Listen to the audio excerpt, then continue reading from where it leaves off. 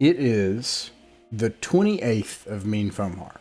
So I have, the last time you were adventuring, it was around 6th of Mean Fomhar, and then you did all sorts of business at Ann's, and there were all these kind of orders given and reconsolidation. Then you had to journey all the way back. Now, don't worry, you don't have to subtract any food. Anne promised that she would give you food, and so kind of one of the prizes out of this is, out of securing Anne's redoubt, is you don't have to worry about food. So you make it back to Zelkor's Ferry after another week and a half long journey, and after some reconsolidation there. And now it is the 28th of Mean Fomhar. That's like September. It is cold. And snows have already come in to Zelkor's Ferry. It's been a mix, in fact, of freezing rain and snow. And this hit toward the end of your journey. It's already getting very cold and is starting to get harder to travel in Northern Albion. Let's see. Let me move some things around here. How many days were we gone for? Total? Man, I don't know. I'd have to look back in my notes. Probably a month and a half or something. Something like that. It's a while. And what's the because I left treasure at the inn, so I had to pay for the room, right? You know what? Don't worry about that. That's crazy. Oh, okay. Pay 45 gold. We'll figure. I mean, that makes sense. But yeah, thanks for mentioning that. I'm going to show you all some strange things when you come back into Zelkor's Ferry. You noticed that this town is very different than how you left it.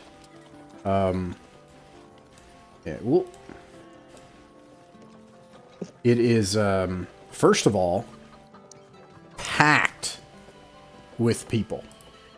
And there are all sorts of shanty buildings, tenements that have grown up on the waterfront. They have like those docks, kind of a four-way dock, and then tenements that are on stilts that have been built up. And there are all kinds of people here, and there's tenements also in the center of the settlement, and a new building.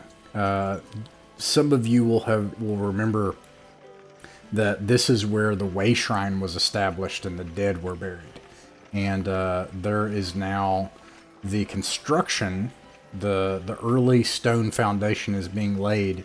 And Father Bloombad, you were here to bless this thing to happen in the past couple of days. The stone foundation is being laid for the first temple of Zelkor's Ferry. So this place has kind of sprouted up over the past month. Another strange thing that you notice is that one of the things that's being constructed here, you can see it in two places on the minor watchtowers, the wooden watchtowers on the palisade, and even at a place near these tenements, is a emplacement, and mercenaries have been placed there. And then there's wooden construction and what do you call a crane? I can't remember what they're called. That can carry things around and lift them.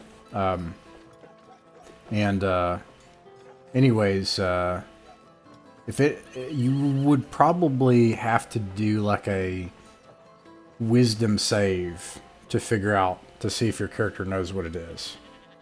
I don't usually call for those, but this isn't immediately obvious to you. Or you'd have to ask somebody. It's another option. Father Bloombad goes for it. Yeah, you're not sure. But it's obvious they're guarding it. Krogon, on the other hand, has seen these in a faraway place in a faraway time. Krogon, these are heavy ballistae. But you notice that some of them are being put in a place. Okay. Some of them are being put in a place that would not actually be helpful placements for a ballistae. Like the one right here would not actually cover as a defensive weapon any approach by ground or sea. And it seems that Odo is having those constructed. This is the night before the 28th of Fomhar, the 27th.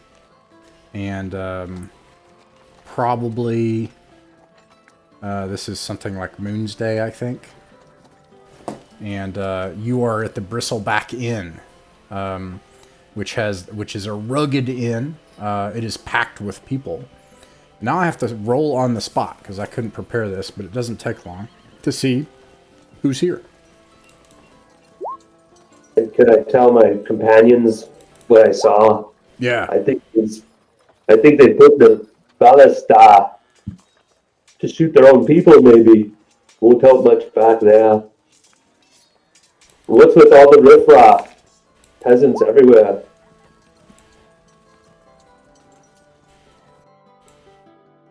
Refugees, probably. Yeah, and you notice Yeah, who knows? that some of them don't look as poor as the people you've seen before. Some of them actually are. Yeah, because I've given out so much money to these bastards.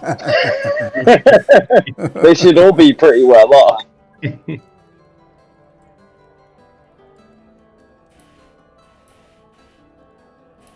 Are we here to grab our stuff and go? There's something going on here. Yeah, I'm going to tell you who you see here.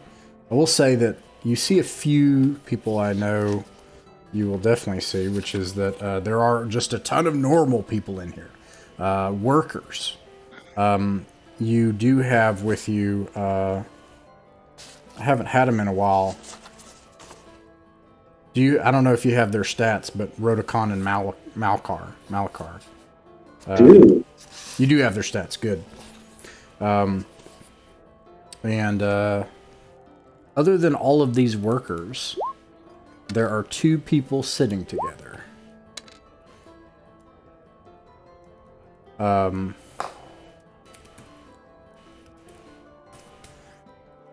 They are both wearing robes.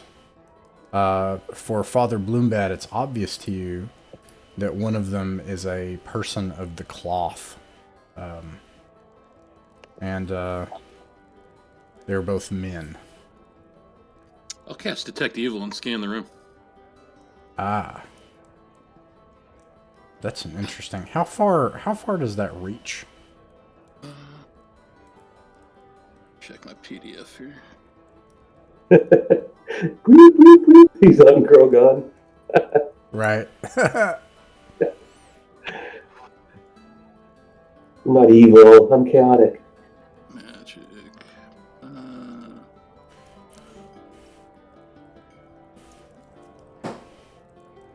It is.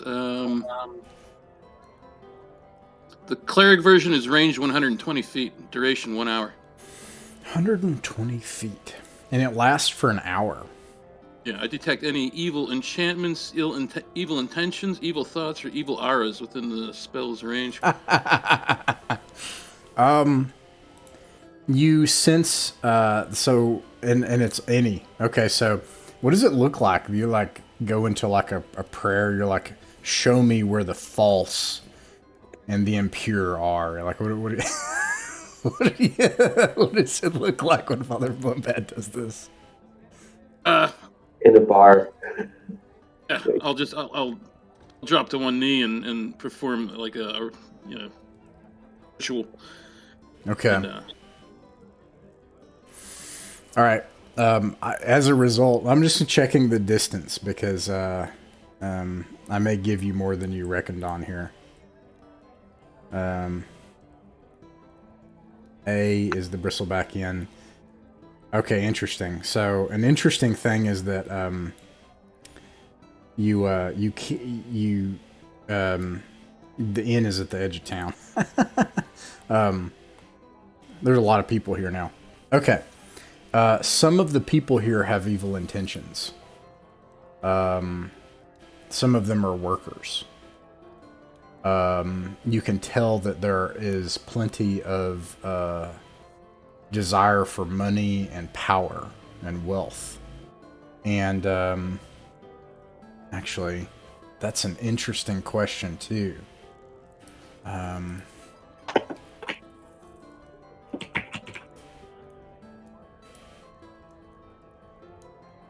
And then I'm seeing what else you've got here. Where is it? Oh my goodness.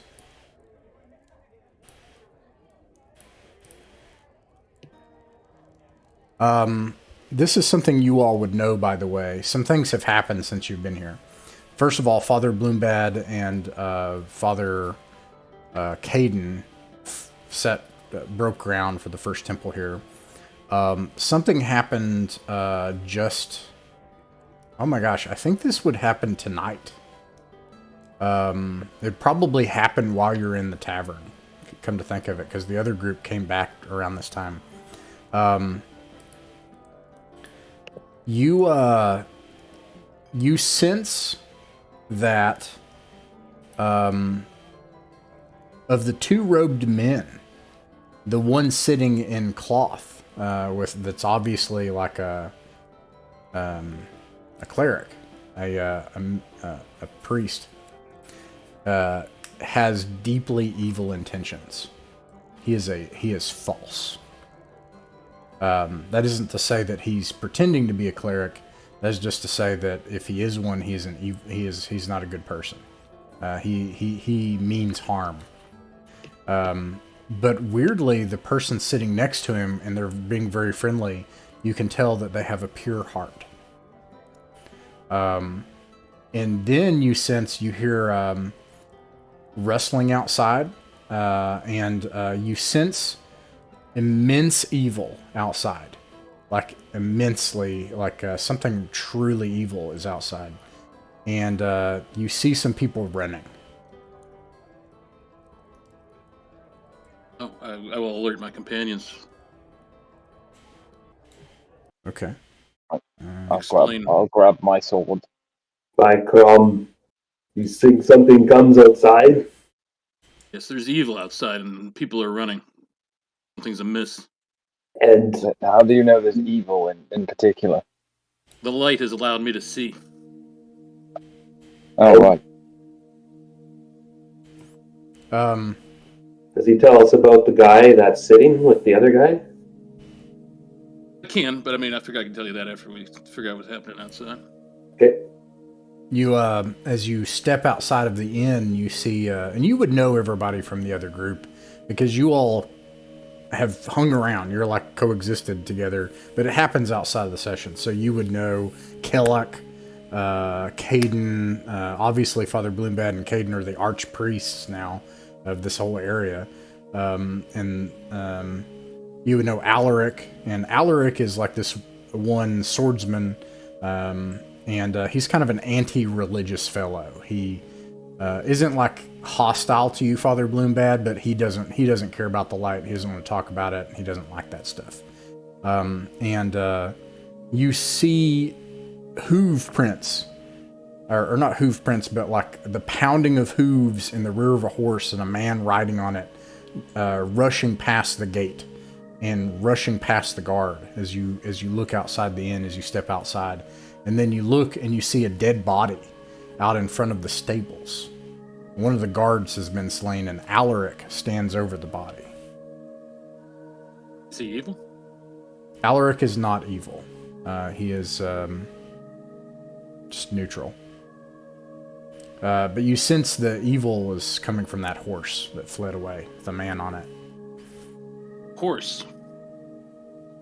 The man on the horse. Sorry. Oh, I was Yes. going to say. Yeah, sorry. Yes. A nightmare. Well, there's no use chasing somebody down in the middle of the night. Can I shoot my Well, bow? unless you guys want to. By the time Take you, party sorry, Joe. shots?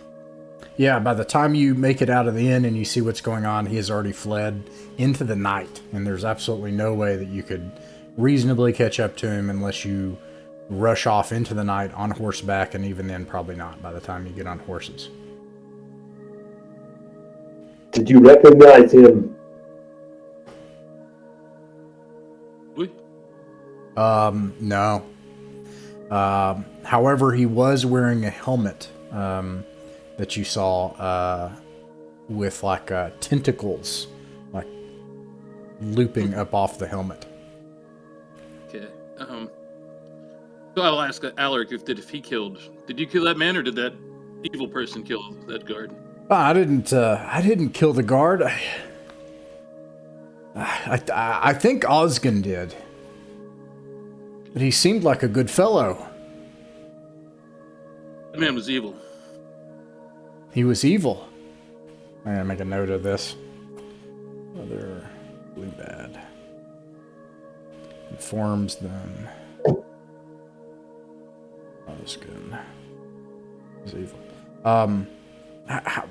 How would you know that he's evil? I mean, it seems like he is. It seems like he did this, and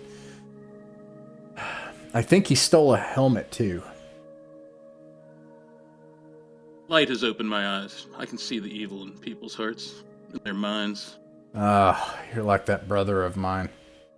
No offense or anything, but fine. I believe you. Well, it doesn't take the light to see that something is wrong here. He was a boon companion with us. He descended into the dungeon. He fought well. We carried back treasure together. He earned hundreds of gold coin. And then we found this horrid helmet and we buried it out by the waterfront, and it looks like he stole it. Did it have any particular properties or anything like that? Why would he desire to have this helmet?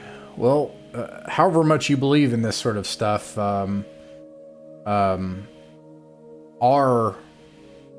man of God did his own hoobity-boobity prayer nonsense over it, and he could tell that, according to him at least, that there was nothing particular about it. But it was on the head of an obviously evil man, I'll tell you that, when we knocked it off of him, and then I stabbed him in the throat. Job. Oh, well, thank you. I guess, there's not really... We could try and track that guy down in the morning if you guys want to, but... Oh, you have a ranger. I didn't bank on this. I forgot you have a ranger. Kurgan shrugs. He's like, does not matter to me, but it's up to you guys. I'd like to go dungeon crawling, but... Also, now I will tell you all, there's two men in robes in there. One has evil intentions, and the other is pure of heart. Perhaps we should hire them, see if they'll come with us, and go with them. I think, Father, could you do me a favor? Yes. Would you mind walking over to Omen's hut and telling me what kind of vibe you get? Sure, take me around town. I'll go with you. You lead the way and tell me. It's just like a radar to figure out where all Thank the you. evil people are. So can I go with my holy radar engaged? Can I walk him over to Omen just to see if he gets the vibe? Yeah. I can't. These are the things that I can't say no to these things. You go to the east part of town. Let me draw it here. Is it like this? You go like, let's see. You start out here, and then you come over to the stables, right? Because you see that happen. And then where do you just kind of like circle town until you get to Ullman's place? Yeah, and go to Ullman's. Yeah. Okay. So let me look and see what evil things the evil radar detects. Evil so now. This is...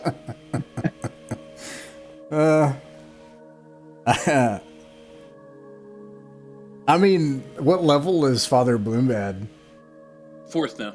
There you go. I mean, you got like a 4th level cleric. It's like, no, we're gonna figure out who's evil now. Like, I just came back from some stuff. The light. I am filled with the and there's power no of the longer light. going to be.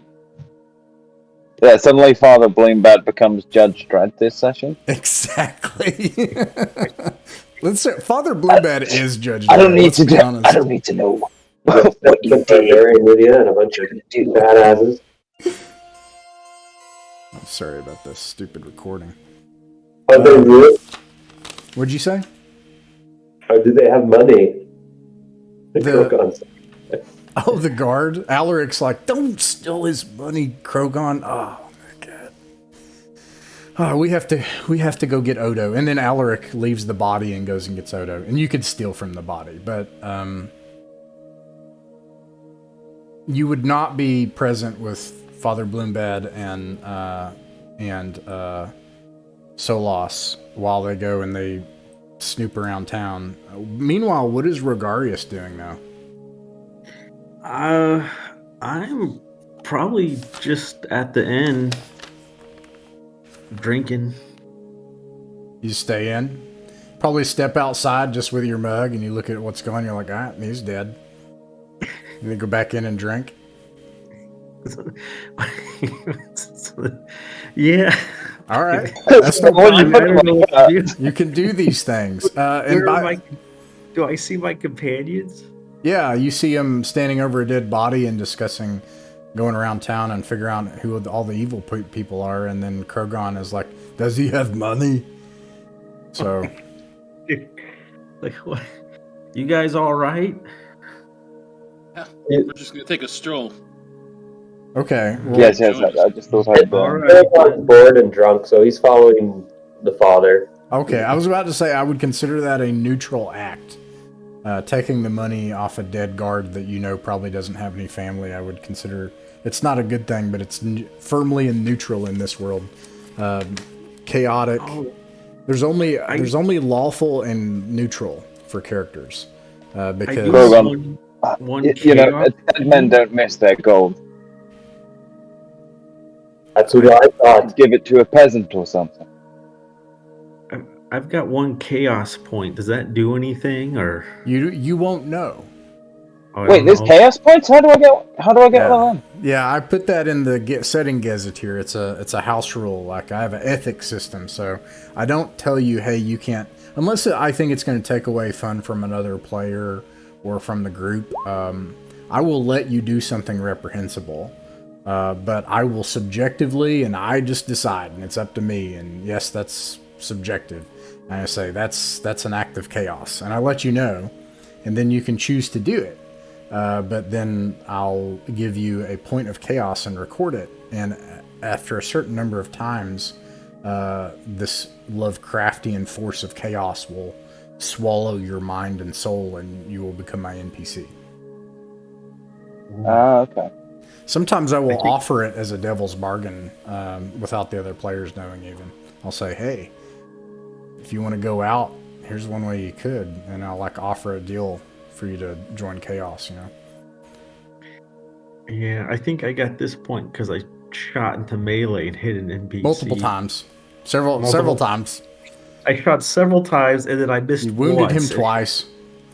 Did I hit him? Oh, I did hit him twice. That's You did. right. You did. You wounded him once and then did continued your reckless assault. Very spiders. So, anyways, oh gosh, this stupid thing. Okay, so Krogon, as everybody's going, and then just to be clear, Rogarius, you're staying in the bar. Well, I guess I will walk with them, but I'm taking my drink with me, and I'm just Hey, kind of it's safer out here than in there. And I'm just Yeah. like, what are you guys doing? I have my drink too. We're gonna look around town, see who all the evil people are. Did this guy attack you? The mother dudes killed him. Oh, you didn't kill him. I mean, I don't wield bladed weapons. I just assumed you guys killed this guy for some reason. Okay. Okay, yeah, I'll go with you. Okay. Let me go inside real quick and grab my gear. All right, that's fine. So you do that, and you all start making your way around town. Now, Father Bloombad, I think what has happened at this point, you're level 4, you are filled with the power and that kind of force of retribution that is also the purifying force of the light. And you have this power now, and you're walking around, and you can feel when something is really evil. It's almost like worms and insects in your gut. It feels disgusting, and you hate it. It is anathema to you. And you could feel that on the guy that's like riding out of town. But as you walk around, everything else are petty sins, petty sinners. People gambling, people that want to undo their neighbor in various ways. And there is about as much sin here there is less sin of such sorts than you might expect. This is a place of good intentions, of people given a second chance and working together as a community. And it's actually full of light and hope and care for one's neighbor. Until you get to here. Just to be clear, when I went in to grab my gear, I did top off my tankard. Gotcha. As I'm trying to drown the memories of the monstrous spiders and the guilt of hitting people with arrows. Until you get right here. Come on, Omen. Why do you want to be so cool but so evil? There is a hut here. I don't remember if Father Bloombad has been here before. No, I have not. Okay. There's this hut on the water's front. A portion of the hut is on stilts out on the waterfront, and there are these gnarly herbs and weird smells coming from this place. And it smells disgusting. And you gain a strong sense of someone tied to chaotic forces. Not only that, but something happened yesterday. And maybe this is why you decided to go around town and start deciding and figuring this out. There was an explosion of lights in the sky that you have seen in the Borderlands. And it's said that the lights that shimmer in the sky in the north are related to a realm of chaos and evil that exists in the north. And similar lights have danced in the sky up above Zelkor's Ferry last night. And you sense the residue of that evil act, and that there are many things that are forbidden and not natural inside this hut. And one man that is full of love of those forbidden things. And yes, he is evil, if that's not clear. Evil AF. We'll share this with my companions. Yeah, the Scots are like evil barbarians here. They're like... So there's a northern necromancer or something. Yeah, I saw these lights in the south too when I was on watch on top of a hill. We're surrounded. Or it follows us. And then I take another drink.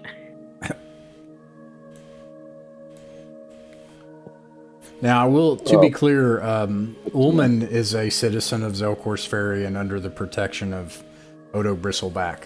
So it would be unlawful in the sense of breaking the law, and you probably would not be welcome back in Zelkor's Ferry if you just killed him.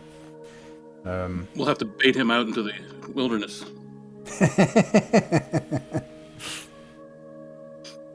But meanwhile, we have those two people. Does Omen know he's like, you know, so evil that supernatural things pick up on how evil he is? You could ask him, talk to him. But yeah, that's what I mean.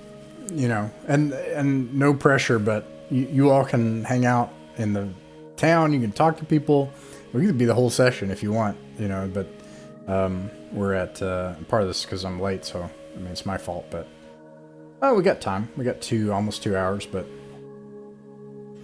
You want to talk to those two people in the robes? Try to figure out what the evil one's intentions are? Maybe even lure him out into the wilderness? Oi! Take him away from this place. All we have to do is invite them to go with us to the lower levels, and they'll probably bite the dust. I'll betray us. Or betray us. That's what I'm saying. Why don't we, him out and confront him? He can bash his brains out. I believe you're very clever you, let's see here. for a priest. I think Omen's like a boss, just sitting in the town. I'm sure he's got some pretty high level spell shit going on. I'm not talking about him right now. I'm talking about the two men in the inn. Oh, those motherfuckers! Oh, what the somebody who's supposedly pure of heart, whatever that means, and then Yeah. The other one's evil intention. So maybe he's trying to lure the pure of heart one out to murder him. oh, I don't know. Somebody who's pure of heart just seems like a liability. You talking about me? Father Bloomberg's not pure of heart. I'm filled with the light.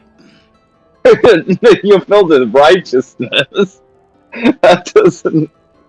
That is not the same thing as being pure of heart. Says you. Does anybody go talk to these two robed figures? I say we do just to find out. I mean, what do you guys think? Yep, let's go. Okay. Do it. One of them, as you approach, both in robes, one that has the symbols of the Church of the Light on the robes, partially vestments on his shoulders and stuff. He looks kind of short and chubby and cheerful. And and then the other person in robes is skinny and greasy looking and wringing his hands and whispering to himself, and it's clear they've been talking for a while. And as you approach, the one with vestments and a chubby face is like, my friends, please join us.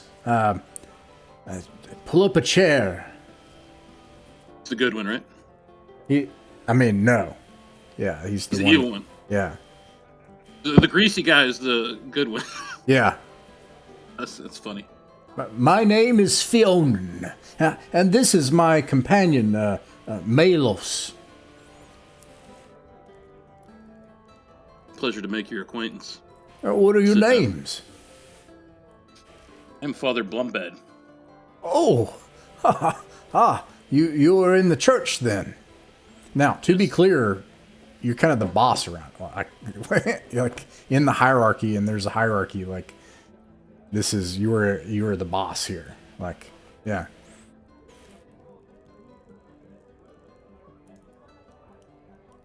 What are you fellows getting up to? Oh, well, I had heard there were people in need here, and worse, Father, I've heard people here have changed. They carry the sin of change. It's chaos. It's disgusting. And he he's getting worked up because he's so mad to even think that people have, been transformed by, and he's like, and I know there are good people here, but, he licks his lips. If people are changing, well, I represent others in the church, and we want to make sure everyone's safe, Father. And this is my friend Malos, and he is an academic, and he studies places like this, and we've had a wonderful conversation. You both came here together? No, I came here on the ferry about a week ago, and I think, Melos, you came overland, is that right? And Melos is like, yes, it's horrible out there in the wilderness, and it was miserable, and I'm happy to make it here in the Zelkos Ferry, and then, Fionn, like, interrupts Melos, and is like, yes, so Melos came overland. But we've become great friends since. I'm glad the lights delivered you to me. Oh, I'm glad also. Should we invite these gentlemen to come with us tomorrow?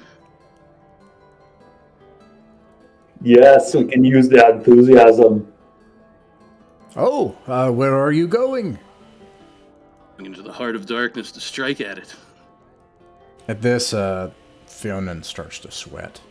And he starts to rub his temple, and he says, "You're gonna go underground. Into the underworld." Oh, the very source of everything that's happening here. I would love to go with you. I think we're all in agreement to take them with us, right? Excellent. Yep. Oh, It can't be any worse than that nest of giant spiders. oh, giant spiders. How giant? Pretty big. Oh well, I've got like one of them's head knocking around somewhere. You know what I mean? I'll just chuck that on the table. Oh, you took one of its heads. Yeah, that's the queen's head. I see. Well, I'm interested to hear all of your stories. To bed for now, and we leave in the morning? First thing. I'll see you then. Light bless you and keep you until then. And he that does a symbol of benediction over you all. That's with you. You notice his benediction seems to do nothing. The sun rises the next day. And, oops. No, it would be up here. And you gather to leave. Where do you go? Would we have heard about the wolf pack that's been harrying the other group? It's a good point. Yeah, you would have heard of everything that the other group, but I don't think they would have. I could be wrong. Well, no, they put it in role-playing chat. Anything that gets shared there is in character and open. So if you read it, it's like it happened in character. So if they want to hide something, they should either not share it or they should make that clear. Do we have our peons with us, or Malar and Rotacon with us? Yeah, your drinking buddies, your drinking companions are with you for sure. Excellent. Yeah, speaking of which, can I get some to-goes? Can I get a couple bottles of wine? Yeah, you can get it at the... well, actually, I'm going to say that it's actually 3 times the price. Because of the ferry. There's some problems here. Since you came back, you've learned that the ferries are charging exorbitant fees, preventing people from getting on them, and they rarely come. Ooh. Father Uellis still with us? No, Father Uellis and Fergar stayed back. You do have 5 mercenaries available if you want to take mercenaries. However many people you take, the XP gets divided by half. You know, like as if it were half a character. So you're currently an additional 2 characters. So XP will be divided by 5, 6, 7. Divided by 7. So if you took 5 mercenaries... Yeah, I don't think we need any more people. Enough then, I guess. All right. We could take one. We could hire one just to watch our horses while we're inside. Might be a worthwhile. Yeah, or leave Rotacon or Malar there. They're both thieves. Okay. I mean, if we just hired him not to go into the dungeon, but just to watch our horses, would that still be a share of the XP, or would that just be a flat rate? It's a good point.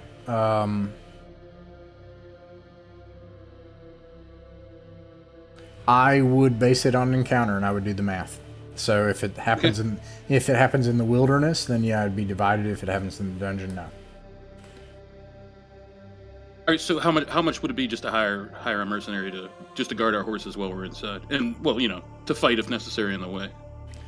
It increases the costs that Martin is tracking, and so let's say you're gone 3 days. I take I think it's something like 30 gold pieces per month for an adventuring mercenary, divided by 10, whatever. That's like 3 gold or something like that. It's not much. I mean, I could just pay that if everybody was cool with that. Sure. He asks that you bring a second person. He doesn't want to stay in a monster-infested wood alone with your horses. I'll pay for 2. Should I... Were we talking about 20 gold for both of them, or what is it, 40 gold? What do you think? It's like... It'd be something like 6 gold, and I'll get that number to you later. It's like that. I'll just give them 12. Okay, right that'll now. cover it. And Okay. Krogon will... The previous night, Krogon will have spent 100 gold pieces. Doing what? Debauchery? Partying with the locals. Oh. Yeah. Let me figure out what happens when you do that. Let's see.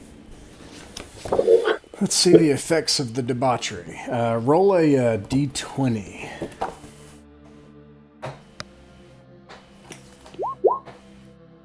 $17. 17. Okay. Oh no. Oh no.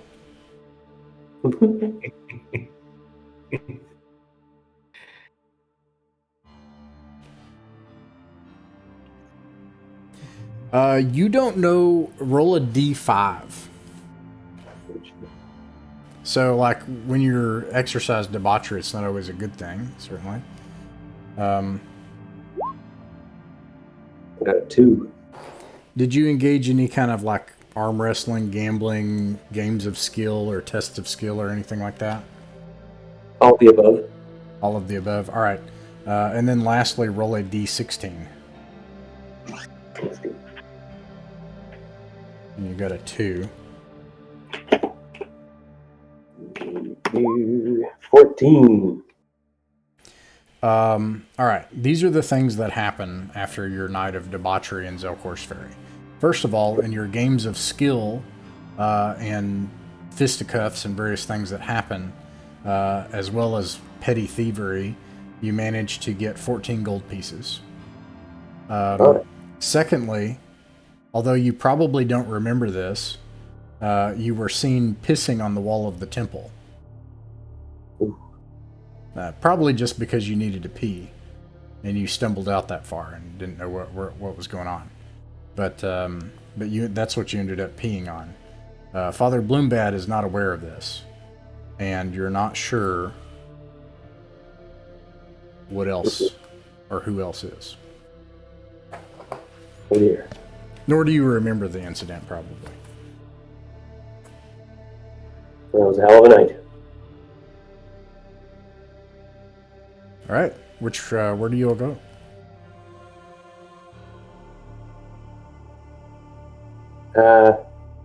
Did I gain any reputation in town or anything? It doesn't matter. Too hungover. All right. Krogon doesn't know this, but people definitely saw him. But I won't. But you would not know who, and I'm not going to tell you. These people are very strange. So, are we ready to go? I ask everybody.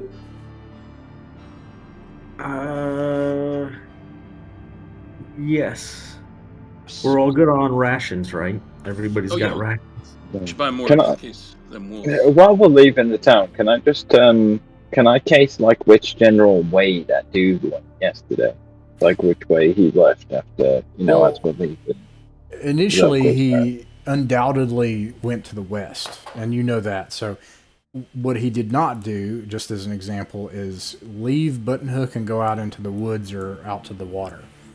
Instead, he went west, but this is actually several miles, so you're not sure beyond that, just from looking. But that's what you know. Yeah, no, that's all I want to know is, which way he went. Yeah. Thanks. Okay. Where do we go, Krogon?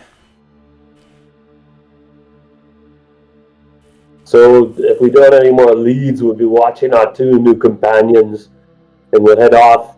And I recognize the route. Like, I've been there. I've been this way like 3 times, I think.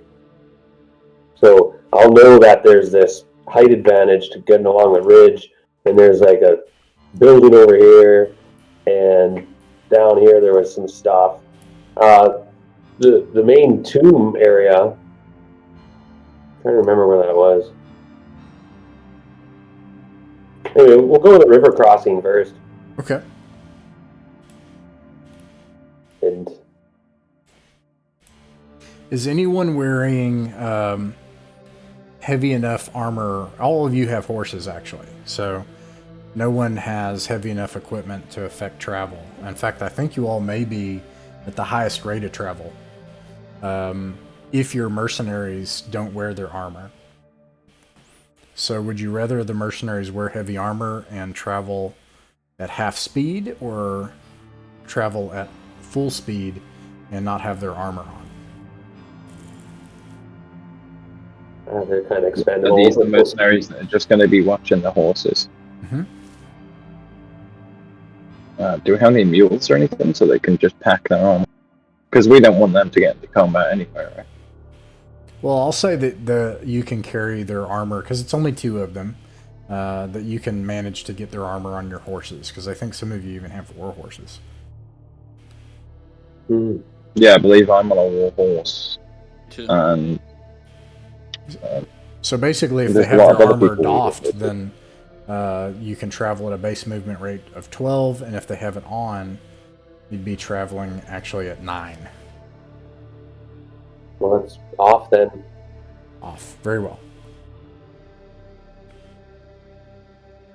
yeah, and send the mercs to the back, so that we're not getting there. The horse watchers, they should have a pretty chill In the time. kitchen, I'll be back in 1 minute. All right. Krogon's like going along, reading tracks and stuff.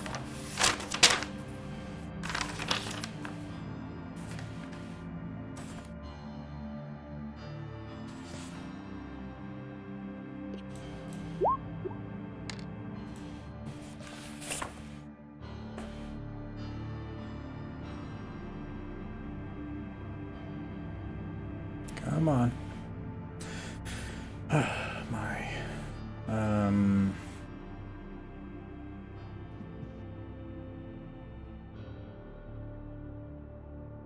SDFG. Okay.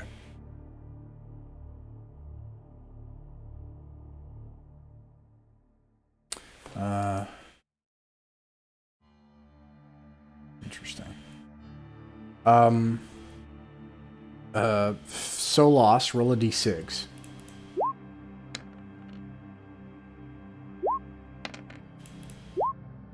Okay, you're not surprised. Solas, with your ranger eyes, you see... Ranger eyes. Yep, that's the thing. you, actually, I need one more die for this. Interesting. So you see on the road ahead of you, as you start to approach this intersection, and this is the place where the ruined idol is. It's been defaced and destroyed by the characters. It was a demonic idol, and it's been destroyed. And so this kind of, as a kind of a marker, you see that there's like a road. Oh, do you all want another player?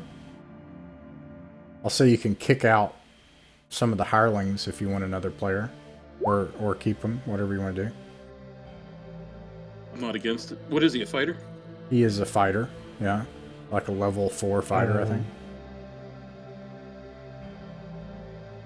Yeah, we can just say he was one of the NPCs that's joining us or something. All right. Turns out he's more than an NPC. Hey, Dan. There, I didn't want to jump in the middle of everything. That's why we didn't do that. Yeah, so you can totally jump in. I'm going to give you 2 details, and then you'll be good to go. 2 things happen that you need to know. First of all, Alaric, that night when you saw the man get killed.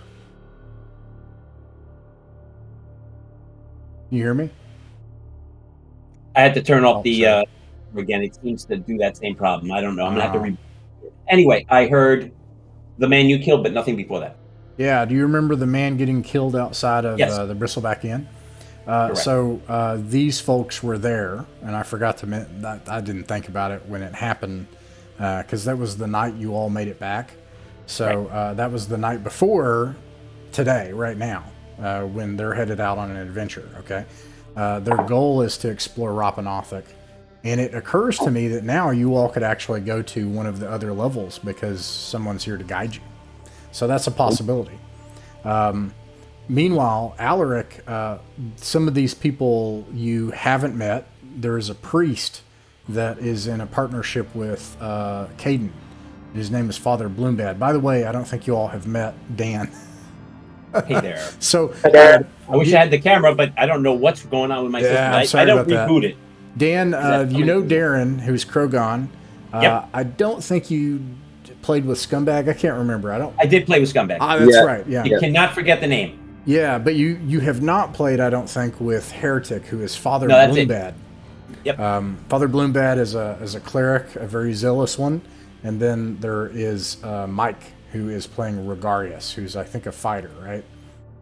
Yep.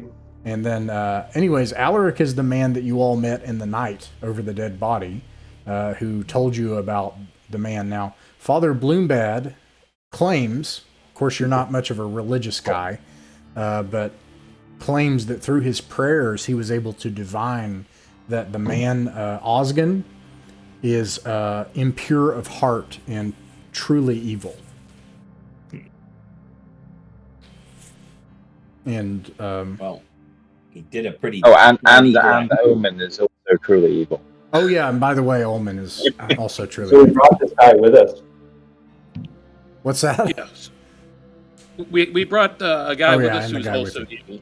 I will alert you so you can help keep an eye on him. I'll be right back in a couple minutes. Gotcha. Okay, and just so I know, who's Cat and who's the silhouette? So the pictures, who's who? Turns the cat. Oh, I thought you meant the actual cat that's in front of the camera. No, I meant like they don't have pictures, so I'll know who's Hold who. on. Sorry, I'm. Hold on. I can see you. I can see you. That I see. I'm talking about the people like me who don't have a camera on. Yeah, Mike is Romius 1980. You're right. Yeah, you guys might want to change your name to something like whatever you want to go by. Oh, I'm sorry. I'm an idiot. Never mind. I forgot that if I move the mouse over it shows the name. So yeah, I can remember that. All right, good. Romius 1980 is Mike, also aka Regarius, and then Scumbag is Solos the Ranger. Scumbag's character you did know before is dead. So, anyways. So, okay, only Krogan. Yeah. And then Heretic, Father Bloombad, he's got his, so yeah, you can see his. Anyways, you all have departed. You can decide together also if you want to go once you get to, if you find the dungeon. Meanwhile, they departed in the morning. They made it to the crossroads where the ruined demon statue is, okay? And Solos, after you get there, you can see off in the distance, marching along the sides of the road, a huge gaggle in the weeds of small, lumpen, humanoid creatures. And by humanoid, do we mean like goblinoid? You know, goblinoid, yeah, as in nasty. And not bestial nasty, like lumpy, mutated looking. These things smell like a +3 bonus to damage. Right. I'm gonna, I'll ranger with damn goblins, and notify the group. You know. What are they up to? This is much closer to Zelkor's than last times we've seen them. They've usually been by the woods. Oh. Hey, Krogon, have you got any of that, like, pasty stuff? You know, wall paint? Of course. Yeah, I'll get some random, you know, pasty stuff that Krogon's got and slap it on my face. Okay. Are you all thinking of fighting them? Oh, well, I was. I don't know about They're up to no good. How many are there? About, do we think? What do you think we should enough do? to trample. We're on war horses and they're little. Yeah, there are. So this is. I don't know if you want to lose one of your mercenaries to not lose or lose. I don't know. You let me know since a player joined us. Like if you want to get rid of one of the hirelings or mercenaries. But if you had all of them, that would be 5, 6, 7, 8, 9, 10 of you and 11 of them, and you have war horses as well. Do they have extra war horses or even ponies? Because I don't have a horse. I lost Sparks some time ago. Sadly, no. They do not have extra horses. Okay. You know, I think who's on a riding horse? Is it?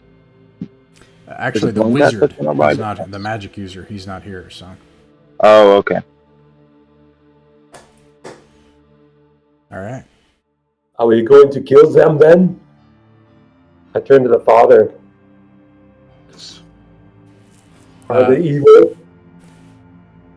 At this, Fionin says, "Oh, disgusting mutated people. We have to kill them. We have to kill them." Then he looks at you all like do something, like this is like some kind of emergency. The way someone would look at someone as if you need to help this person, but instead he's like, murder them! Alright, calm down. I think there's something wrong with that one. Think? But, like, Darren's a group caller, right? So whether we fight or don't fight, it's just up to Darren. And I mean, Darren's playing Krogon, so it's... We're fighting. Okay. All right, so yeah. As soon as you all let loose and start charging on your war horses, these poor little goblins are like, heck no. And they just flee and scatter. They go at movement rate. They can move 9, and you are on a horse, and I think your move is 30. So they kind of scatter. You could easily hew down 6 of them, though. do it. Yep. Hew Okay. him down. You don't even have to roll. There's no chance. There's no way that they have a chance of surviving. And either way, they're just like running and fleeing. And finally, this overweight Fionin catches up to you all, wipes the sweat off his head, and he's like, Good. I can't believe this place is as festering with evil as they said it was. I'll have to be sure to let them know." And he scratches some notes. Let who know? The Archbishop, of course. Of where? Of London. I work for the Office of True Doctrine, south of here. Oh. I look at the Do I know father. what that is? Does he still have that shellfish allergy? I appear nervous around Yes, this of guy. course he does that. And Father Bloombad would know what the Office of True Doctrine is. These are inquisitors. These are people that look for flaws in places, and but that is not. This isn't like a Spanish inquisitorial Spain or something where like they hunt people down and torture them or something. This person is not acting normal. This is not normal for people of that office.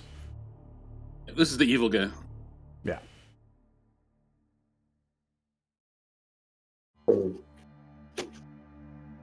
You mind if I look at your notes? He's like, Krogon will move behind that priest as he's looking at Bloomberg's eyes. and he's like, no, I'm sorry, Father, but you cannot look at my notes. This is official business.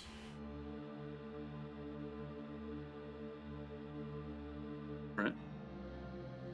I believe out here we're the closest thing to official you can get, really. I'll put my arm on his shoulder and grip it painfully. And I'll say, I suggest you show him the notes.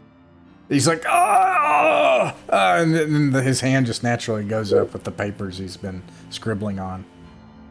Snatch them. Gibberish, I bet. These are not the writings of a sane person. They start that way, but then they've changed over time, and they include drawings and expletives and cleanse them all. This place is filthy. It's dirty. It needs to be cleansed and all this kind of stuff. This is not normal fare for the Church of the Light. What's this guy's name? Fionan. Fionan, it is. It seems clear that you have fallen prey to the chaos. How dare you say that? How dare you say that? And he actually tries to charge Solas and attack him. Okay.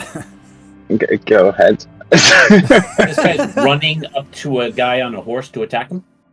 Yeah. Yeah, he's crazy. Yeah, he's crazy. Yeah. Yeah, just leave him to it. Corrupted you. I can wrestle him down if I'm holding him, but Malos is like, no, please, my friend, please, Fionan, please don't attack him. But Fionan is like rushing towards Solas on his horse and pulls out a rod that has a gnarled mace head, and is about to strike you with his mace. And Solas, you can roll for initiative. Oh, okay. Yeah.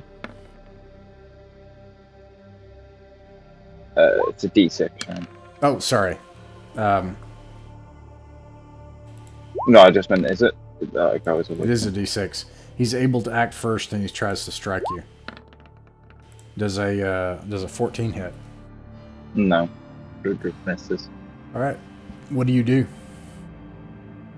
Can I? Well, I'll just look at him in the face. Since he missed me, I'll just say, there's only one thing to do, and that's to let yourself go out now before it gets any worse. He's like, no, I offer you the it's not swift true. mercy It's of not true. aid, Oh, go ahead. Sorry. or you can go out dying like some raving lunatic. He indeed goes out like a raving lunatic as he madly swings at you and your horse and trips over himself and falls onto the ground as he's unable to hit you, and you deftly dodge out of the way, and then he comes back to swing again, and it sounds as if he makes an animal sound. He's dead. Yeah, I'm putting him out of his misery if I can. All right, roll to hit. He's one hit die, so you can do your. Wait, no, that's fighters. Never mind. That's fighters, yeah. Yeah. Although I find it weird that it's like rangers are fighters, but they're not fighters, but they are fighters. Shush. Krogon's gonna cut him in half if he hits. All right. 13 hit. Yeah. So he comes in, tries to hit you, and he trips over himself, falls into the dust. You say all those things like, "Let me make it easier for yourself," or struggle, and he indeed tries to struggle. Makes animal noises. How do you finish him? I just as he's making animal noises, I'll just pull my sword out of the sheath in one quick thrust and just cut his head clean off. All right. When you do, I'll wipe my sword on the saddle and put it back in. When you do this, Malos comes over yelling and crying and bends down over onto his body like, no, he was my friend.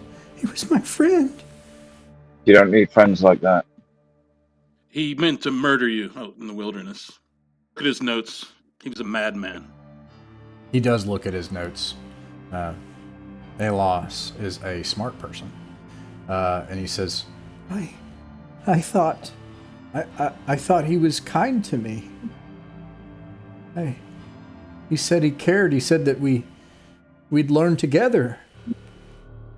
That we could help people. And now you're going to learn an important lesson.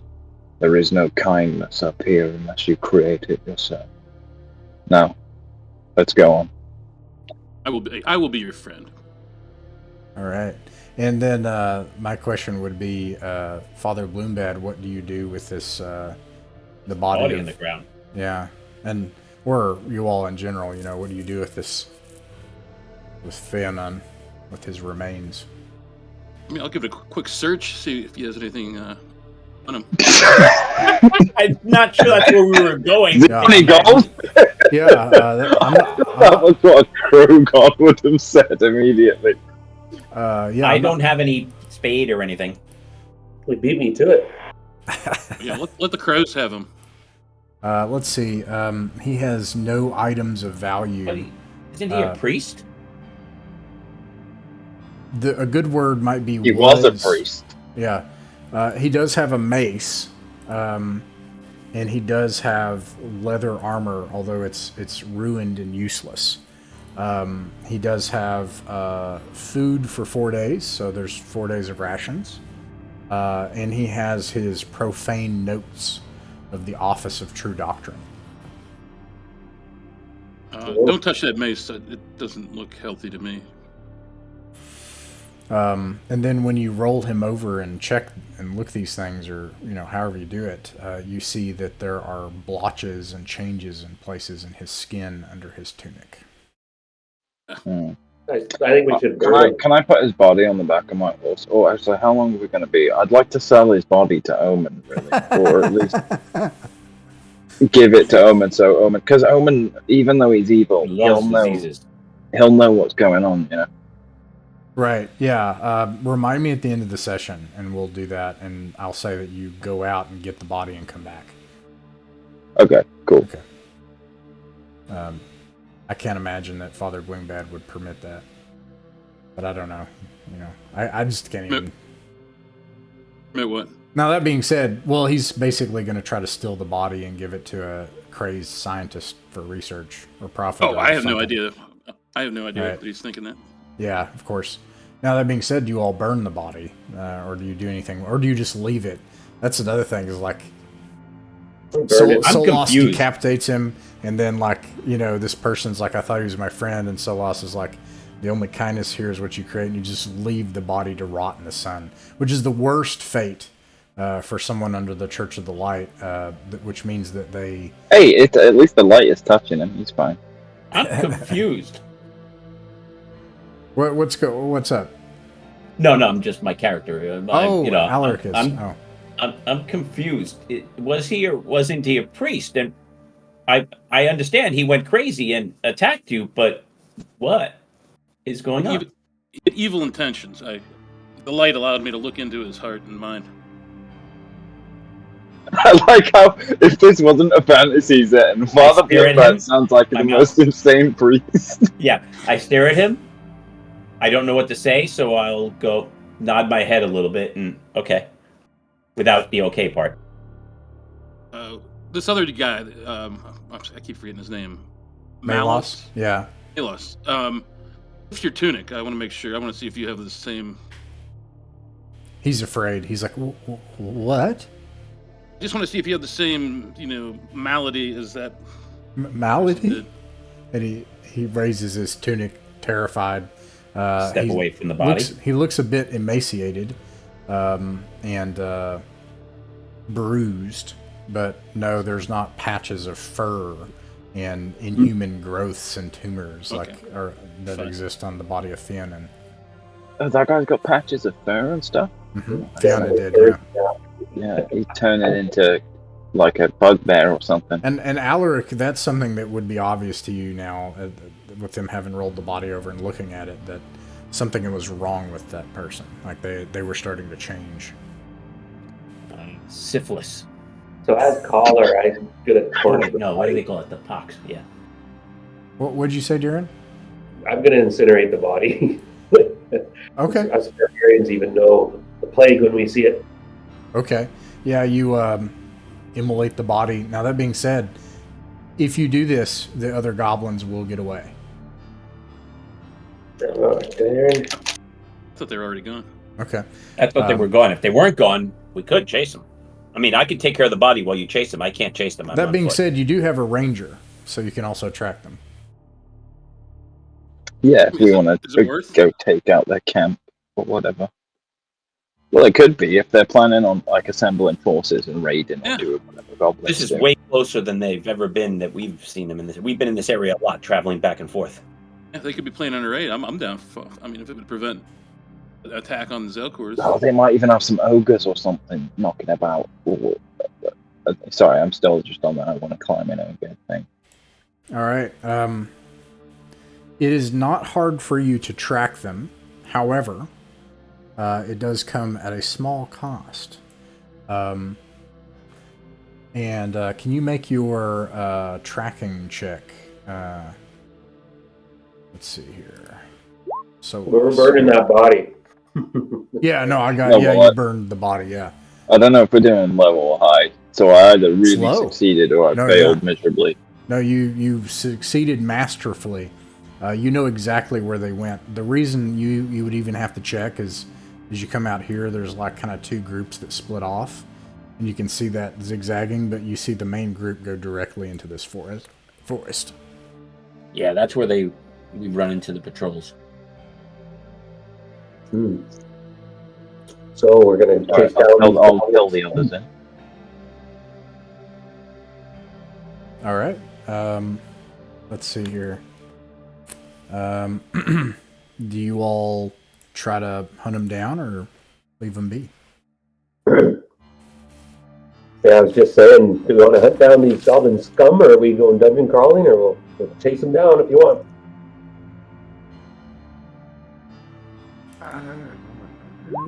Do we really want to go chasing goblins?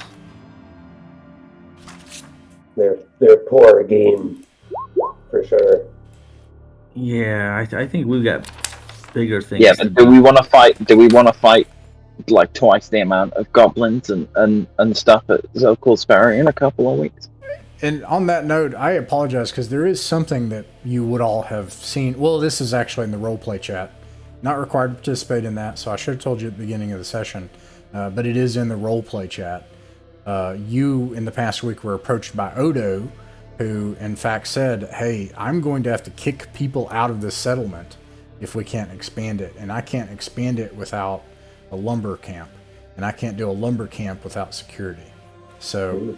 if people, if you go out and clear the wilderness around Zelkor's Ferry, I'll pay you, and also make you landed gentry of the expansion and and the new palisade, the wall that expands out further from Zelkor's Ferry.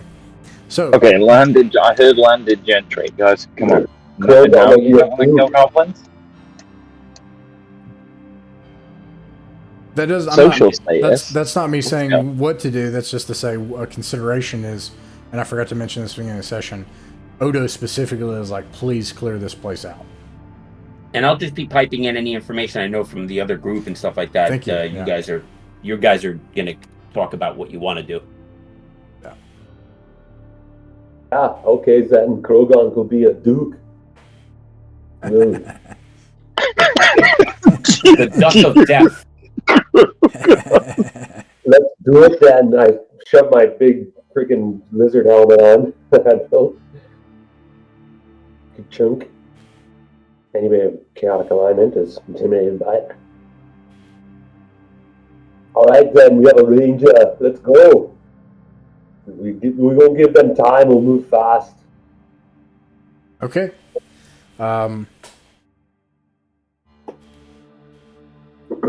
If everyone's... Six. Do I hear an eye? Or... Aye. All right. You make it into the woods. Let me see if I have a...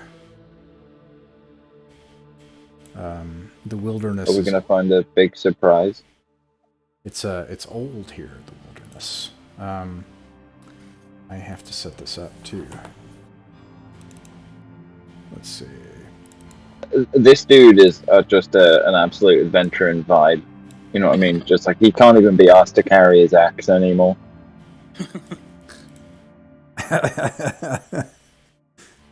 All right.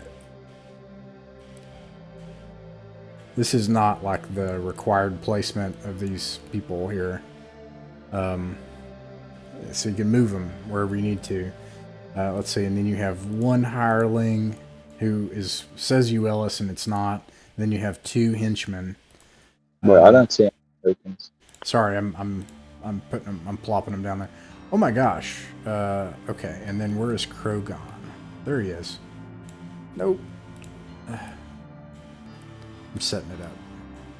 And then roll a d6 Solas.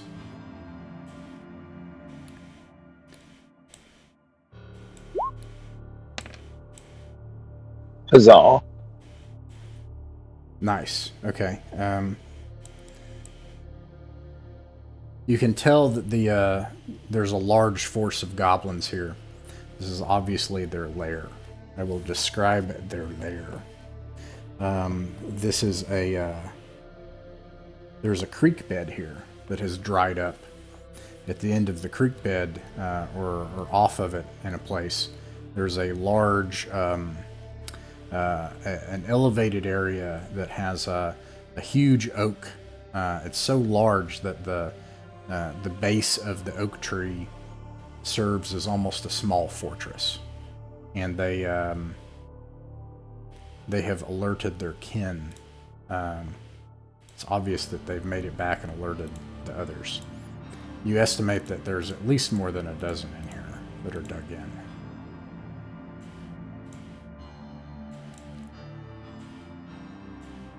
What do you do? We don't have a map change yet, by the way. I know. Okay, gotcha. Yeah, I was waiting to see what you do first.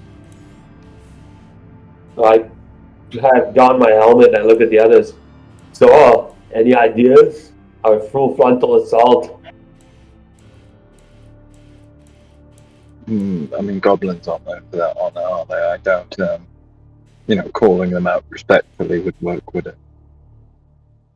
Hello, we're here. We want to talk.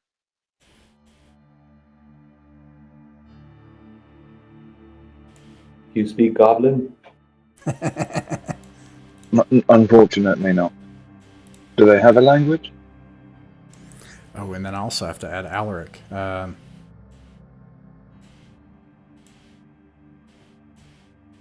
I'll blow my horn. Do you have that horn? No, you don't have the horn. No. I got my own horn. Oh, okay. I've got a whistle. You I don't know who does have the horn. Depending on who rolled for it before, I don't know what they were picking, but I think it's probably Kellic or... Somebody hasn't rolled yet, also. Or Rogarius that has the shield. I mean, the horn. You're not rolling? Is that what you're saying? What's that? Rolling? For the we were rolling for the treasure. Ah. Not for the shield. I rolled. I think what we were doing was rolling the highest person picks first, second highest picks second. We can figure that out later. However, if you're going to blow a horn, Krogon, by the way, they have something called a horn of blasting, which is a horn when you use it as an actual siege weapon. Mm-hmm. Yeah, very effective. I just have a regular Viking horn. Actually, I can put this here. Tree trunk, just to. We see goblins though, right? So. Solas does. The rest of you are not exactly sure where they are. And FYI, if there are northerners in this land, I'm one of them. That's my background. No. I'm just not a barbarian like you, but I'm a northerner. I'm a Sumerian.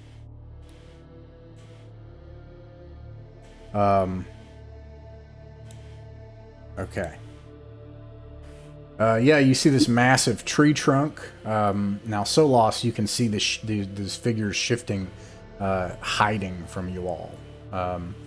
I'll say that you're still a ways away, so you're not like, this says that you're 50 yards, but you can be 50 yards when you want to be. So you say you use the Horn of Blasting. Where do you aim it? At the tree trunk. All right. Roll 2d6.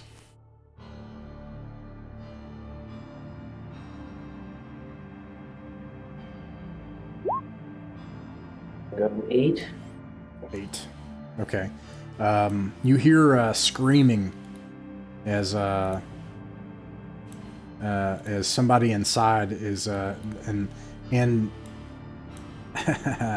another thing, this blast of air just like a funnel, like a tornado coming out of the horn as you blow it, and the ground vibrates out in front of you, and trees they're wilted and leaves are blown off of them, and the whole trunk actually shakes, and you can actually see like goblins fly, almost like an explosion as this the percussive force of this thing strikes it, and goblins start to run everywhere in terror.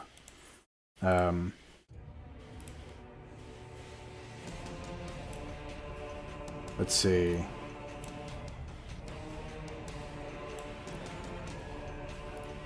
Quick, it's turkey shoot. Fire. Is that the plan? To shoot? Quickly before they get away. Okay. In that case, they're not surprised. You can roll a... Well, I got a 1, so you all can act first. If you are shooting, you can do that. You can roll for... What kind of range are we at? You're in the wilderness in yards, so you are in range, whatever weapon you have, because it's times 3 yards, so... Yeah, no, I just wanted to know because I was going to use my sling because I have very little arrows. Alright, you're in range. Okay. Krogan will shoot his bow. How do you adjust for when you get hired to hits? Do you do something on the character sheet? Because I never did that, and I've always been rolling without off by 1, as it were. Yeah, you can just plot +1 after the... On everything. You got to do it on every weapon? Yeah, on all the different Okay. hit rolls, yeah. Gotcha. I thought there might have been a place where you put it and it put it everything. Okay. I got a 10 and an 18. Alright. How do you know when you get a +1 to hit? It's in the character. What level are you? I'll tell you. Or cleric 4th level. Which one? Cleric 4th level. Got it. I'll look at it in a second. I think that's a +1. I think so too. It's not on my advancement table. Okay, cleric level 4 is +1. 3 to 4, you're 9 to hit armor class 10. Martin did not tell me that they were all bowmen. So I should have mentioned this, so I'll tell you, Father Bloombad, if you want these to be bowmen specifically, they will cost more. But you paid them a lot, so I'll just say it's just a few more gold pieces. I should have mentioned that. I should have asked if you wanted them to be some of the bowmen. They're paid more. I probably just would have hired thugs, you know what I mean? Yeah, foot soldiers. Okay. And they, in fact, form the line behind you with their polearms. And then Rotacon and Malar, how much ammo do they have, Krogan? I normally kept them topped up at 20 each, but... Alright. Did you roll for them? I just rolled for Malar, I got a 12. Let's see, 12 does not hit. And actually, Rotacon doesn't have a bow, he's got a spear. I rolled an 18, damage 3. Alright. Remember, bows get 2 shots. I'm a poor slingman right now. Oh, sling. Yeah, I only have 14 arrows left. I'm not using it on this. Oh, Rotacon got a 15 with a spear. Oh, nice. Okay, and then Malar can shoot again if you want him to. Okay, yeah. Forgot about that. Malar. Oof. Alright. Oops. Let's see. They are going to flee in terror. But so they start to move, and then this large one is like grunting, like, and they realize that you have war horses, and that they are not going to get away. And so then they form up on this hill, and You see them yelling at each other and not responding, but then a bunch of them get inside this thing, like this, and they all moved, so they can't fire this round. And you all fired, so you can't move. Okay, so are we fighting Krogon? Is that the plan? Yes. All right, and then do you want to? All right, well, actually, roll for initiative then. Oh, I got a 6. You got to beat a 6, or you got to get a 6. 3. 3. All right. They are able to act first, and they are able to fire at you. 1, 2, 3, 4, 5 with simple bows.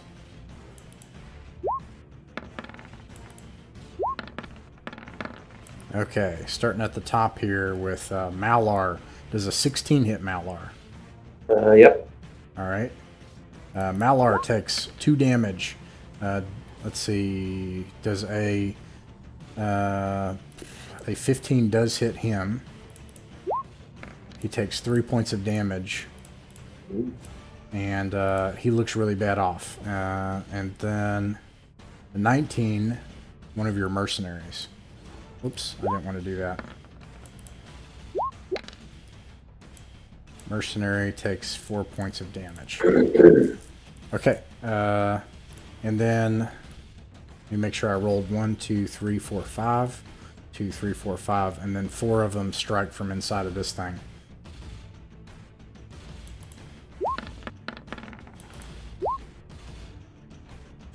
Okay, starting from the top, at 20. Alaric, nat 20. You don't need much to hit me, so that was a waste. Takes you take 3 points of damage. Regarius does a 13 hit. No. Okay, and then Rodicon does a 13 hit Rodicon. No. All right, Father Bloombad does 19 hit. I think it does. We're using ascending armor class, right? Ascending, yeah. So my armor class went to 10 for some reason. I'm sure that's not the case, but it's probably not 19. All right, you take 5. Yeah. You take 5 points of damage, Father Bloombad. 17.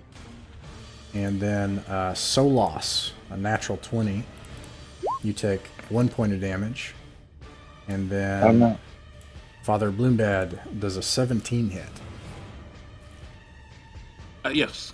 Oh, you have 17. plate mail now, by the way. So I'm 17 with plate and a shield. okay. All right, you take 3 more points of damage. And they're not able to move this turn. And let's see. That brings us back to you all. If you're firing, you can either move or fire a missile now. Rodicon's going to fire a couple. These are all in cover now, by the way. How close can I get?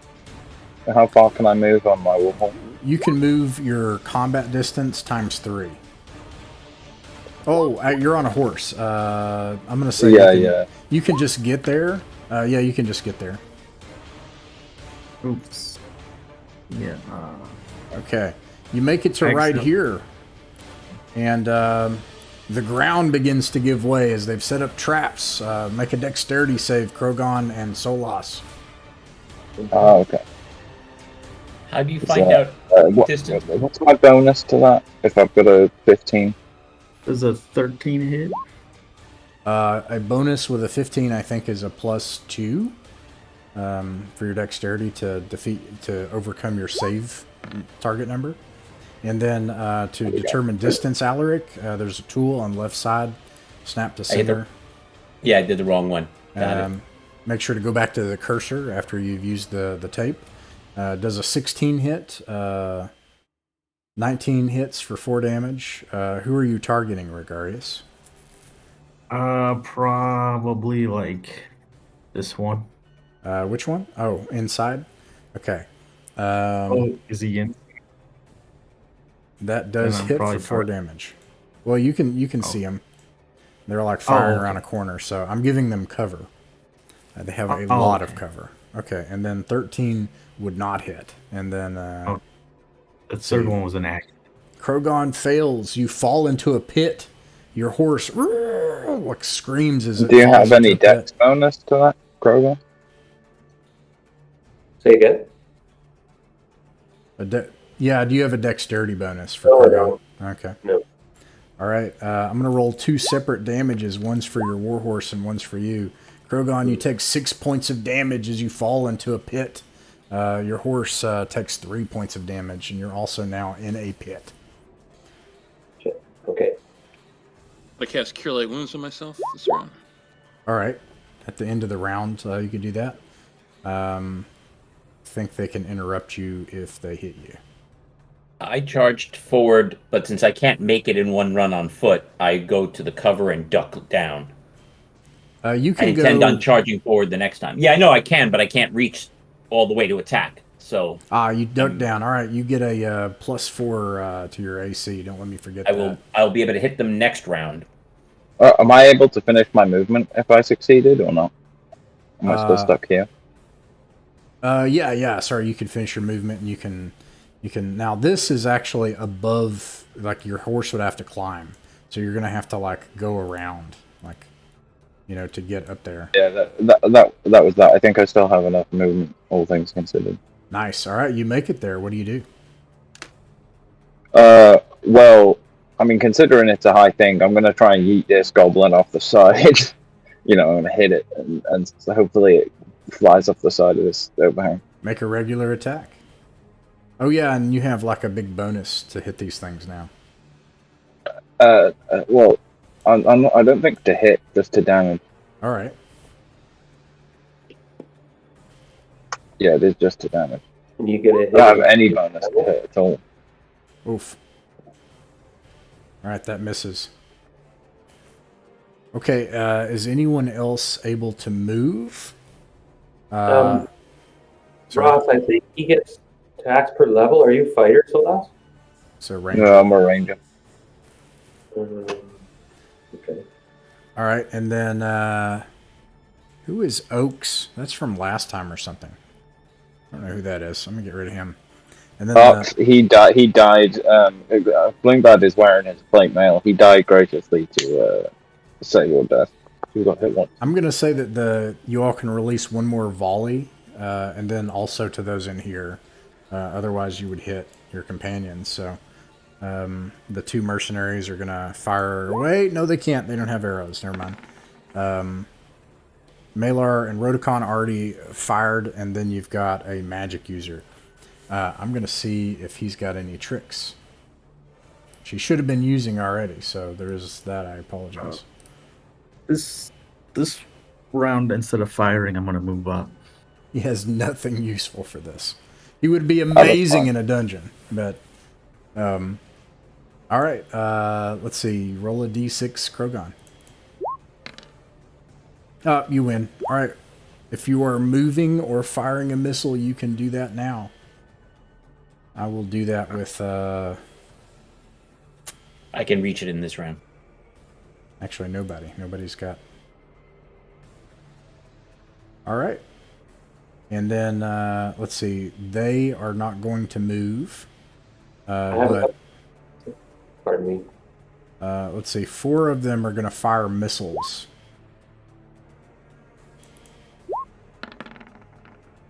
One of them hits, killing the magic user. Oh! And then Unfortunately, he doesn't carry plate, right? he does not. Oh, well. Yeah. And one of the mercenaries dies. And The sweet sounds of more XP for us. this is true. This is not wrong.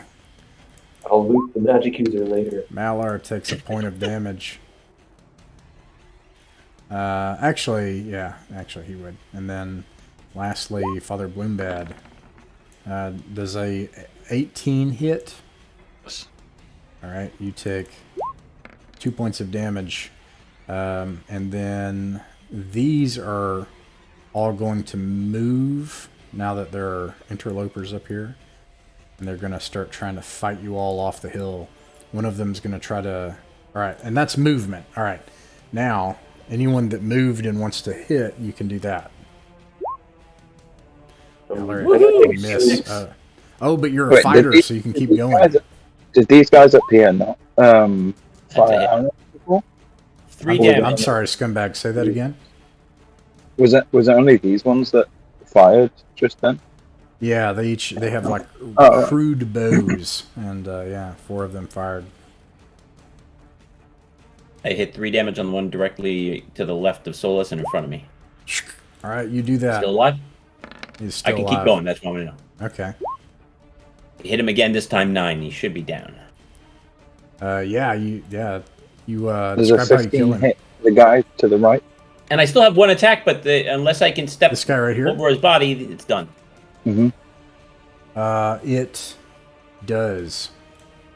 Okay, so he takes 8 because I get +3 to. Oh well, I killed him anyway. Describe how you slay the Goblin King. Oh right. Well, I guess I just I'm riding up on my horse. It bucks up to kick some of the goblins that are in front of me, and I just swing and bifurcate him. I just cut him cleanly in half. It's a shame that like there's no lives of the heroes for rangers, because the rangers their stories are never told. So I never record if a legendary ranger dies. I'm not going to put anything about it.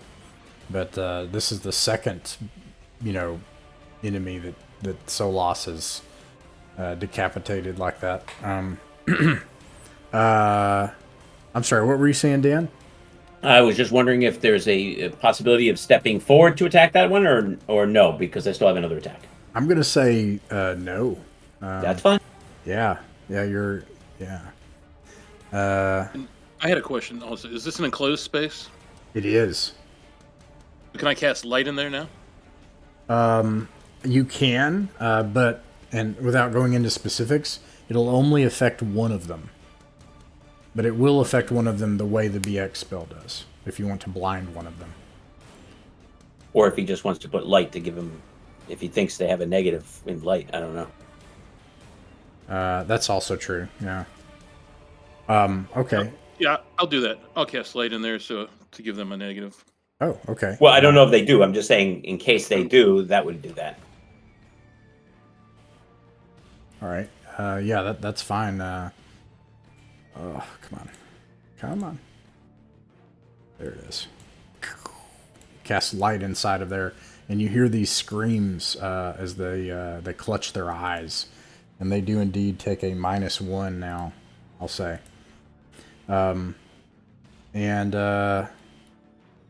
Let's see. Has everybody acted? Everybody has acted this turn? No.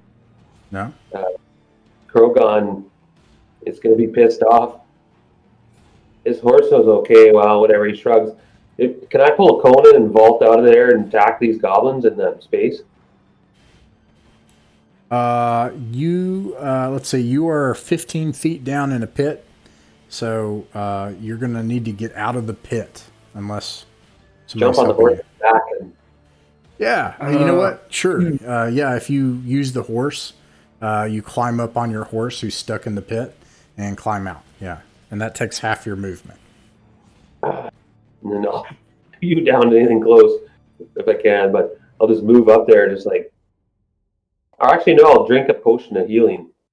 Yeah, I think you would make it though too. Okay, I'll tap it. Okay, yeah, you make it here. Block.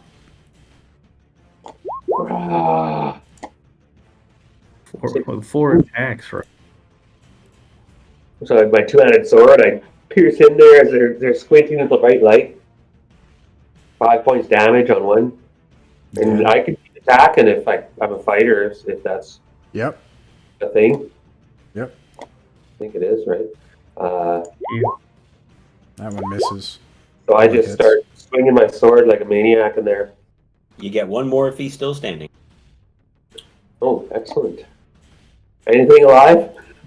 Yeah. 3 of them are alive, and then that one is not. Oh, okay. So you swing it around.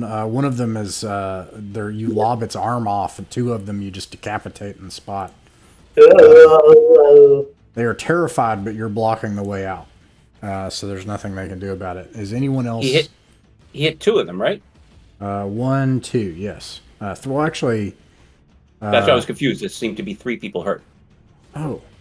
I'm sorry. I read the number wrong. Okay. This guy was already hurt. That guy was already injured Oh. Got shot. at the Well, beginning of the round. let's do this then. I'm sorry, I'm getting doubly confused. Okay. Is anyone else needing to act this turn?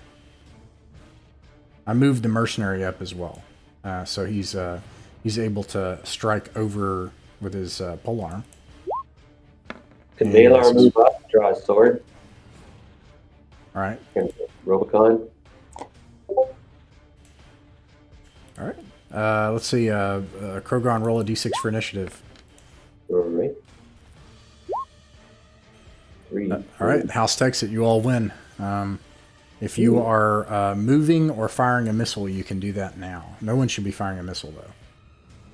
And can I fit inside this hut next to the Krogon?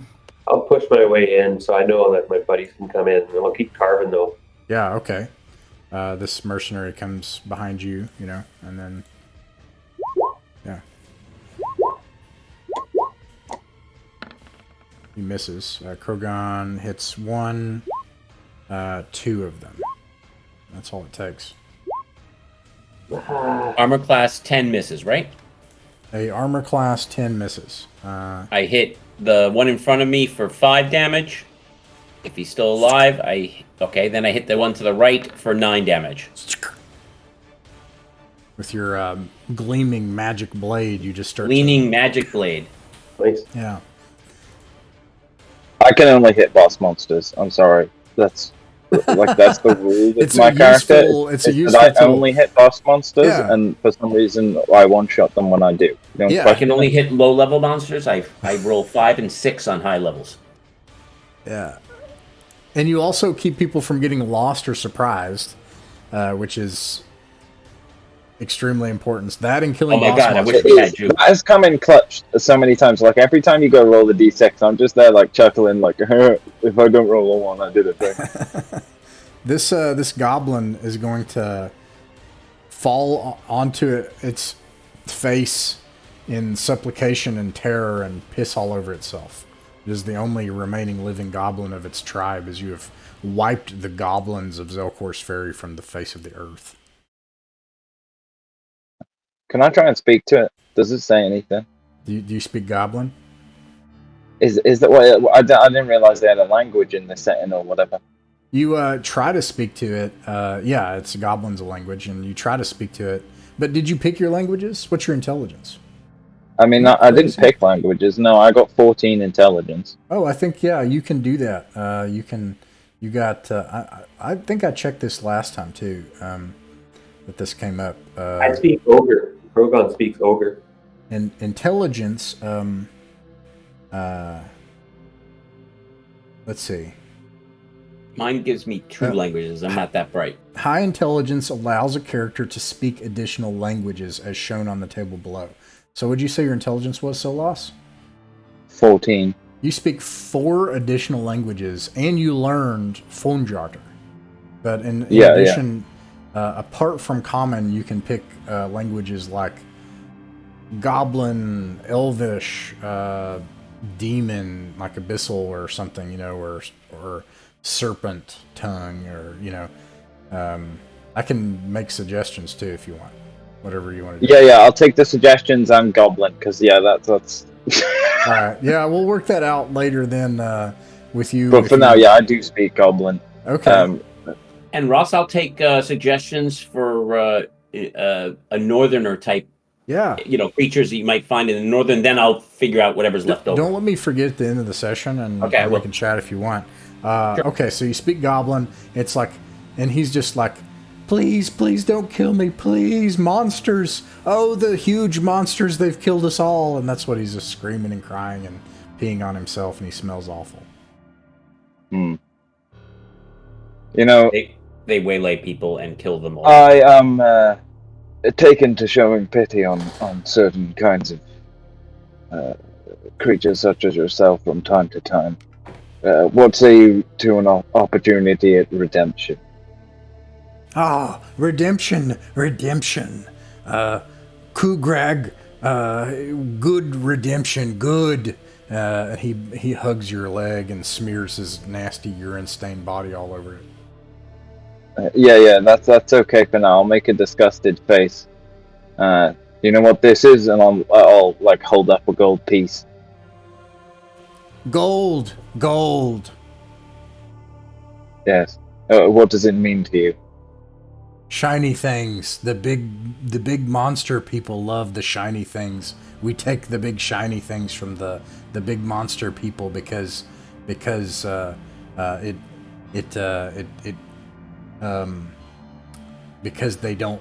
like them. I like the way your mind works. Listen, I'm not sure if you're familiar with not knights or anything like that, but for now you shall be my squire and carry a few of my extra things, and in return, I'll let you live. How does that sound? Kugrag, redemption. Kugrag will rip out the eyes of your enemies. Kugrag will eat the eyes of your enemies. Kugrag, and he just goes on describing all the grisly things that he'll do because he thinks it'll please you. Alright, that's fair, but how about Kugrag get some new clothes first? Maybe take some off of your pals there, you know? Okay, he does that, and he changes into clothes that are equally smelly because all these people smell. Yeah, fair enough. All right, what does everybody else do? You now have Kugrag the goblin as a hireling for now. I stepped away a little bit just to get upwind. Yeah. Help Krogon get his horse out of the pit. Oh yeah. I'm gonna Okay. search this hut. Okay. You search around, and eventually you find a place in the back where they've covered it in leaves. And back here are all the belongings of the people they've robbed over time. This tribe of goblins. Let's see here. It is. I'm gonna start pulling bodies out and putting them on the road path. I think it would be something like. Well, let me make sure because now I'm curious. You should collect ears to give to Odo. Kugrag's my backup character now, guys. All right. I guess my skull belt isn't. Well, it's not full. I don't want to put goblin skulls on it, but Yeah, they're not worthy. Goblin skulls aren't worthy. My intent is just to drag them to the middle of the path road so nobody misses them if they come by here. That's basically what I'm doing. Nice. Oh, and if there's anything on them, I check them, of course. And when we get to the river, I'm just gonna grab that goblin and shake him under the water for about 10 minutes. Clean him up. Gosh darn it! I'm having trouble finding the. If he drowns, well, it's Hey, don't drown my friend. Can he hold his breath? We're gonna make him a cultured goblin, and then he can serve as like goblin relations specialist. You know, a You're diplomat. Like the character in the. What is it? I can't remember the series. Okay, treasure. It would be fish. There's a lot to be. Okay, so you would find in here about 800 gold pieces worth of treasure of jewelry and things, and I'll suss out the specifics of that later. Now, my question to you, Ross, really is: did the Goblin King that you said does he have a Goblin King crown? Ooh. I mean, yeah, that makes sense, but it's probably like parts of old dead people and rotten things and stuff that's twined in together. It's really disgusting. Sweet, I'm gonna wear it. That sounds like the greatest crown you could have. That's gonna be my new travel crown. When in among civilized persons, you'll have a -5 to 2d6 reaction roll and a disadvantage on charisma saves, but otherwise, you now have a goblin crown. Okay, thank you. That sounds great. You I have would the love to just opposite wear with that. goblins. You have the opposite with The goblins. opposite of goblins. Goblins are like, master. Yeah. So, anyways, you all have. This is what you find in there, regardless. You find all the stuff. You get Krogon's horse out. You all still have a little bit of time, not much though, if you wanted to make it back to Zelkor's Ferry and see how much you get from Odo.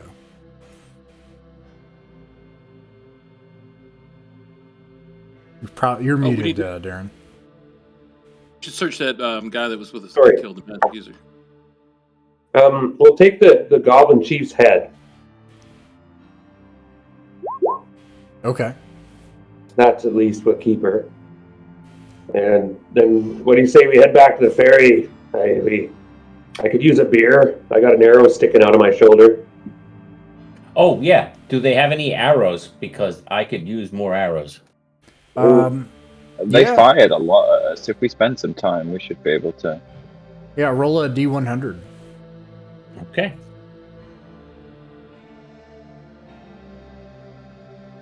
Do we have any other thing we have to do? It's going to get dark in a while. You find 34 arrows. Ooh. Hmm.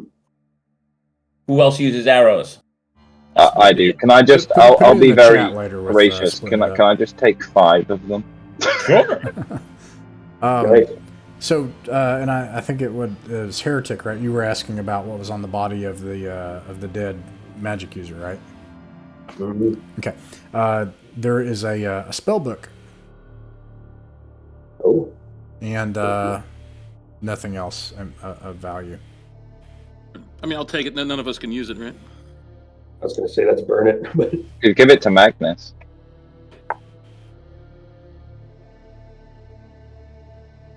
burn that sorceress.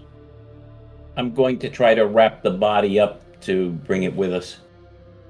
Okay. I'll say that you return back,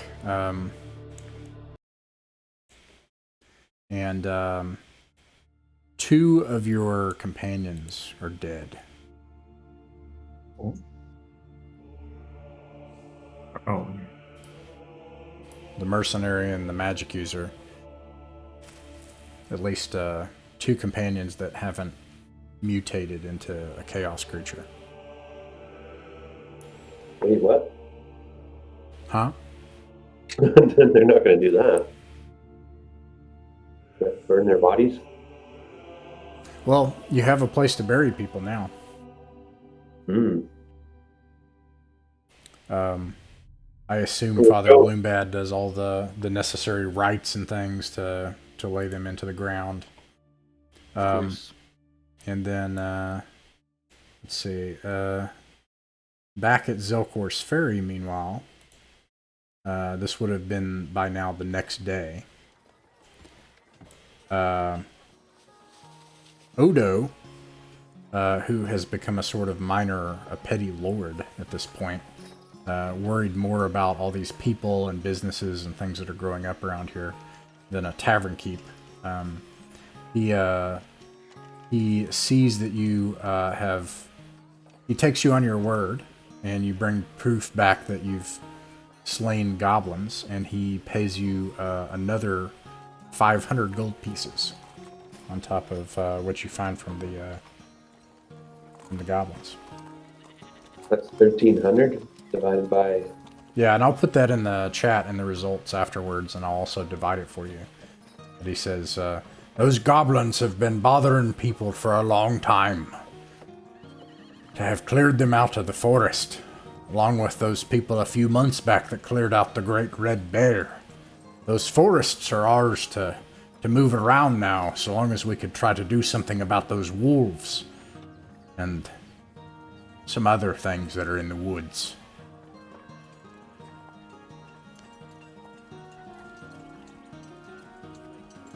There's just a lot of wolves, right? It's like 12 of them or something like that. The wolves, yeah, and wargs as well. Yeah. Yeah, we've run into a wolf pack of about 12 plus 3 wargs more than once. If you want some help next Monday, I might be available. If you want to hunt them. That's up to Ross. No, it's up to you all. You can put it in the chat and see if you want to change the group goal to hunt wolves. But all right, and that's where we'll end the session for the night.